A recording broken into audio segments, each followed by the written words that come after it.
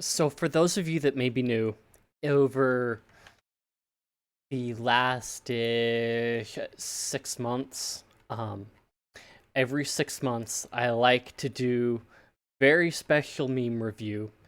Because every 6 months, Latter-day Saints gather together and watch General Conference. So every 6 months, Latter-day Saints gather and watch TV for about 8 to 10 hours over the weekend and receive counsel from church leaders. So, one of the guidance, talk about what you did over the weekend. So, I take this opportunity every time to review what we went over the weekend and the memes that have come forth from it.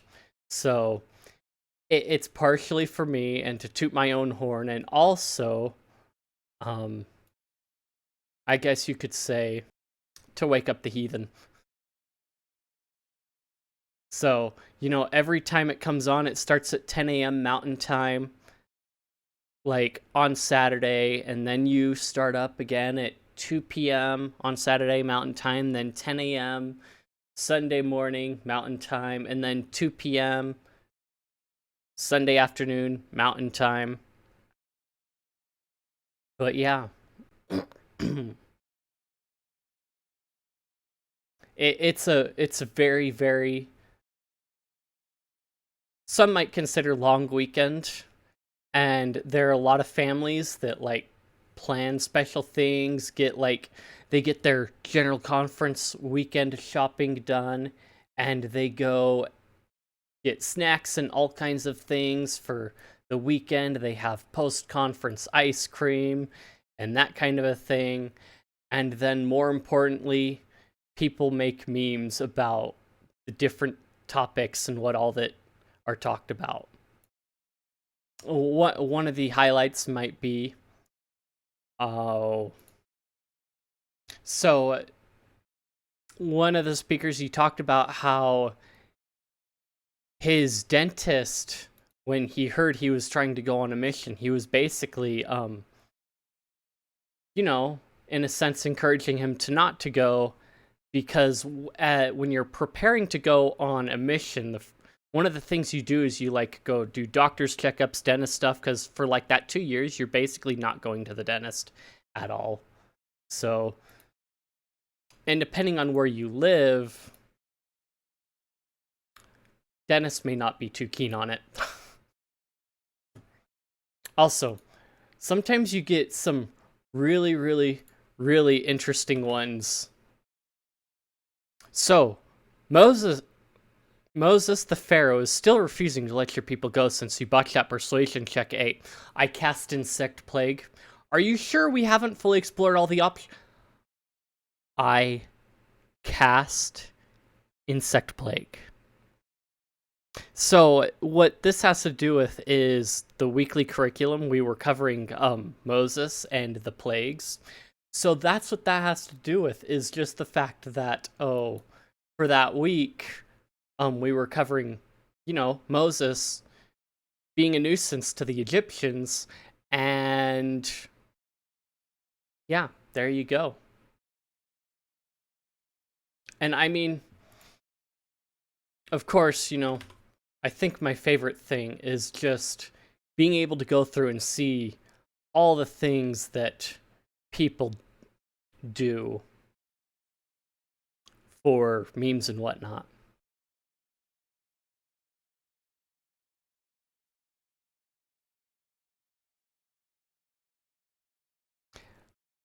And at the start of it, everyone, there was a lot of talk about encouraging missions. And sometimes you just feel like, some people, you do one thing, or,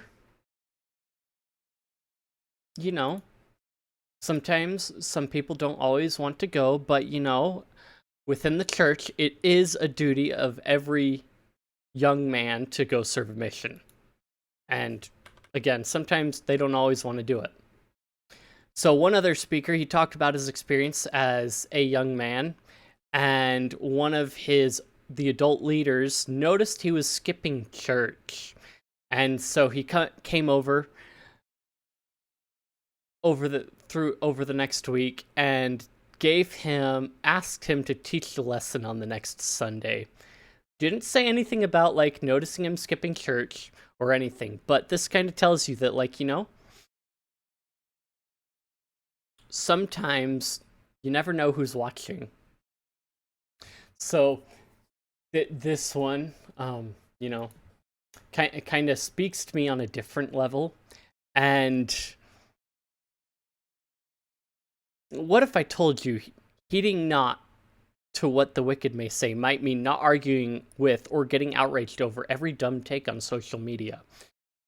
There have been a lot of dumb takes I've seen on Twitter, Facebook, and whatnot,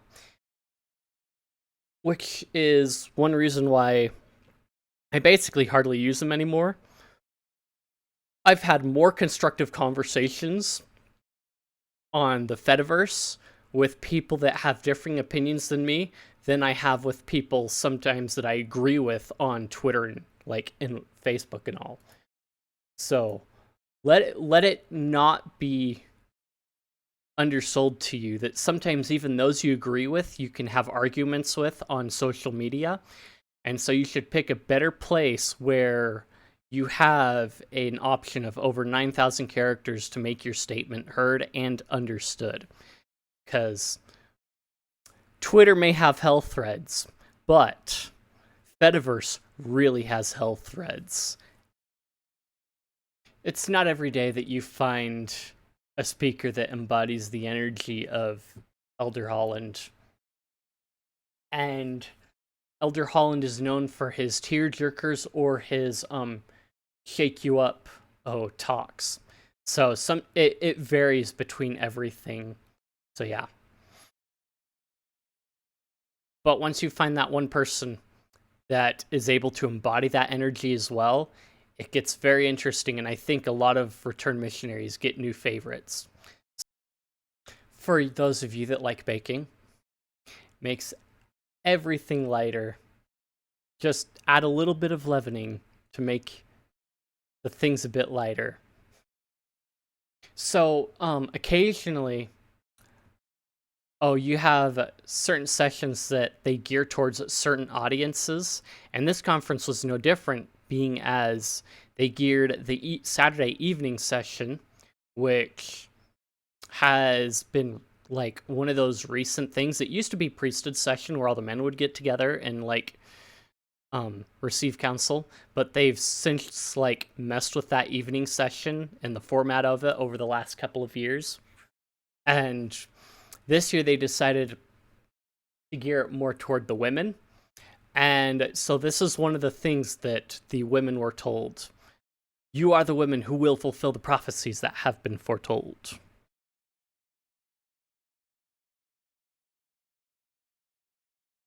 So yeah.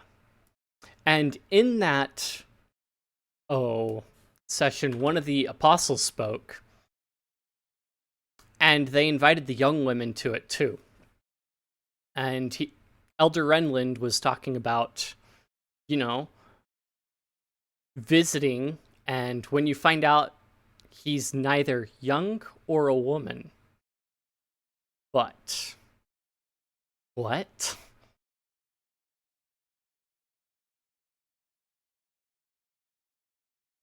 And then sometimes you're in a session and it just ends way early. So what do we do now? See, it used to be if priesthood session, which was on the evenings, ended early, you could go to Golden Corral or to the buffet or go get ice cream a little bit sooner. But now it's just like, what do we do now? And then sometimes when you have various choirs singing, because the music is provided not only by the Tabernacle Choir in Temple Square, formerly known as the Mormon Tabernacle Choir. You also get choirs from various other places like BYU, other like stakes, which are like groups of congregations, and so sometimes you have some really interesting looking people that show up, and sometimes people that look very, very similar to people you may recognize from very, very popular movies. Because, many Latter-day Saints enjoying The Princess Bride. So, there was one talk that, she was talking about someone else's experience of, like, getting the feeling that, maybe I should bring this person some ice cream. And so, you do it. You bring someone some ice cream, and then you have a really good conversation, and you find out the ice cream melts throughout it, and then, the person tells you, oh, but I'm lactose intolerant. So it's like, well, I spent the money. It was the intention. We had a really good conversation anyway. And, so I guess the money spent, even though it got melted, is well worth it.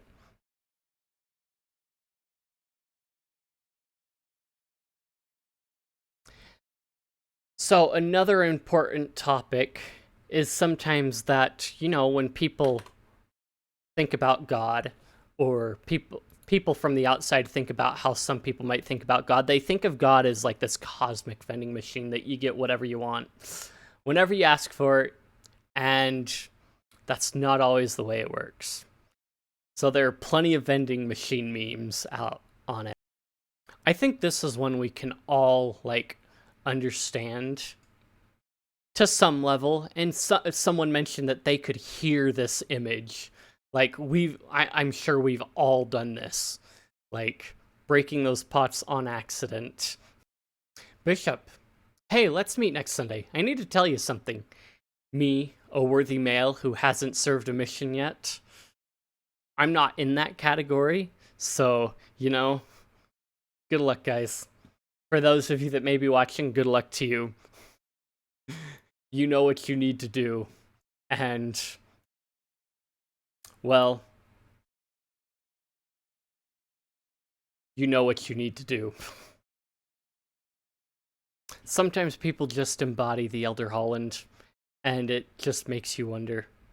RMs, or return missionaries for those that aren't in with the lingo, whose lives have been falling apart for 2 years after being thanked by President Ballard. I'm still worthy. And I know for a lot of people that are in that return missionary category, sometimes after a few years, you just like, a lot of dust covers some of that like knowledge that you had from being intensely in the scriptures and all. So, and Come Follow Me has curriculum has kind of helped to clear off that dust and make it less dusty by encouraging people to study of their own volition. But yeah, yes, you can still have that power.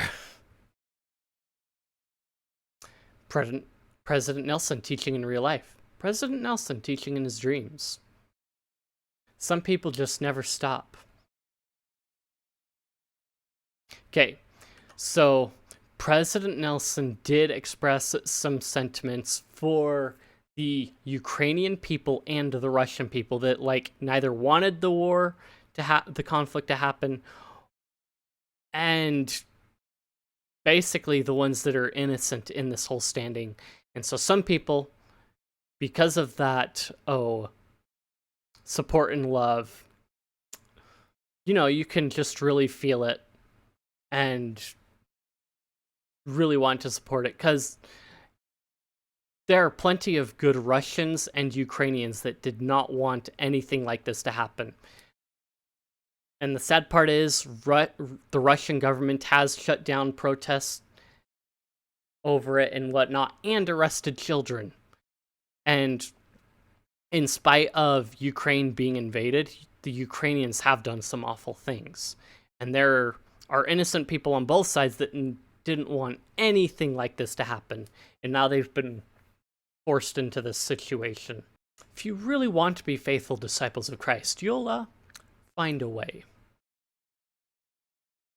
And sometimes that's what it is you never know how it'll come about. And to keep things very meta, in our digital age, members often share messages through social media. I'll let that one sink in. When Elder Uchtdorf gives an airplane analogy, he said it! He said the thing! So, for the uninitiated, Elder Uchtdorf is a pilot. And so sometimes everybody just understands things through the view of airplanes. When he introduced his topic, he's like, I'm going to use an analogy that everyone can understand. How the gospel is related to airplanes. And you could just hear the laughter in spite of the small audience in the conference center.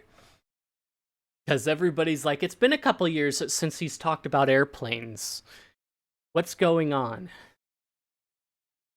Yeah, but he was towards the very end, so, you know, everybody would be talking about airplanes from the start if they did. So, one surprising thing is there were like 17 new temples announced, and you're sitting there, you're like, okay. And it's like, they've got foreign country. They get to the US, it's like, okay, we know there's going to be one Utah temple tagged on to the end. And there wasn't this time. Like, where's the new Utah temple? They had Idaho and California, but where's Utah? You're just like, what? But yeah, one of the places that they did announce is Mexico City, which for a while had a church-run high school in it, and then they turned it into an MTC, commonly referred to by many Spanish missionaries as El CCM, or El Centro del Entrenamiento. Wait, blah, blah, blah.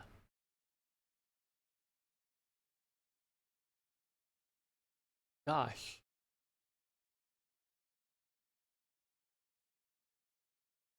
Oh, El Centro de la Capacitación de los Misioneros. And now they're also getting a temple, which was one of the 17 announced. And they haven't figured out where they're putting it, but yeah. Oh, and also Cusco. There's just, you know, I don't know who made this movie, but somehow it's very applicable at this point. Because somebody's really happy. And this is what you get. Is you get all... Where are they building it? Cusco! So it's not quite like an emperor building his big old thing in it, but, you know. Anyway, if... Look who's the dumb one. Anyway, this was a long perusal through, like, a ton of memes, but hopefully you enjoyed, and if you enjoy my other videos or want to see more of those other ones, yeah, don't hesitate to, you know, drop a follow or things like that, and I will see you guys later.